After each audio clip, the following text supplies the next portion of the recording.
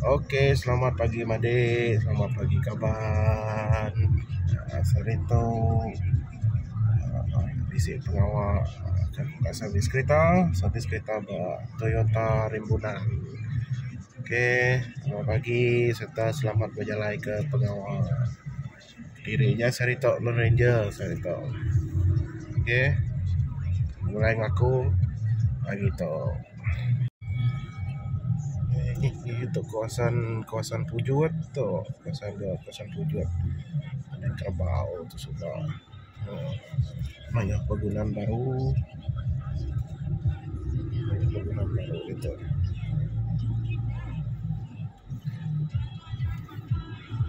Habis kereta seperti itu.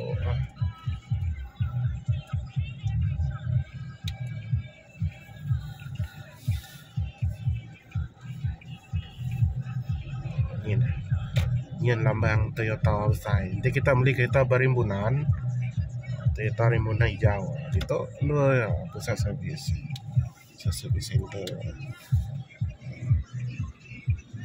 Servis.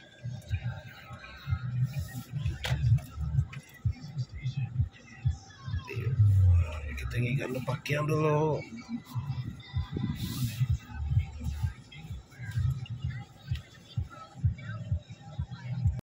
Baru dah daftar register. Itu banyak kereta penuh slot pagi tu aku ya. Mungkin siap sebentar pukul 12 lah. Masih dah pun rehat lagi tunggu mungkin dalam pukul 12 ataupun pukul 12.30. Okey. Dia tu pukul 11. So aku 10 lebih kenyak tadi. Dah kenyak lah. Kereta udah servis. Okey. Mana servisnya pun okey. Dia bakal bisik bintang 1 sampai 10 lah. 10 lah per ekor. Steady. Okey.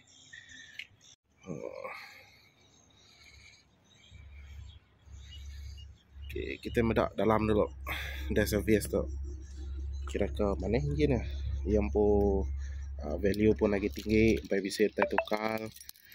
Brake pad semua okey.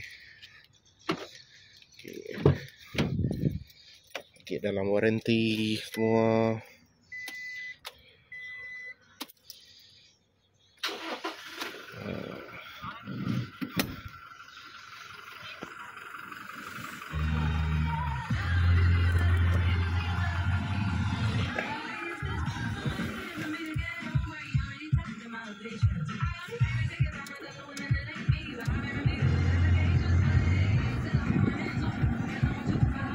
Okey, 25,000. Next service 35. 35,000. Okey.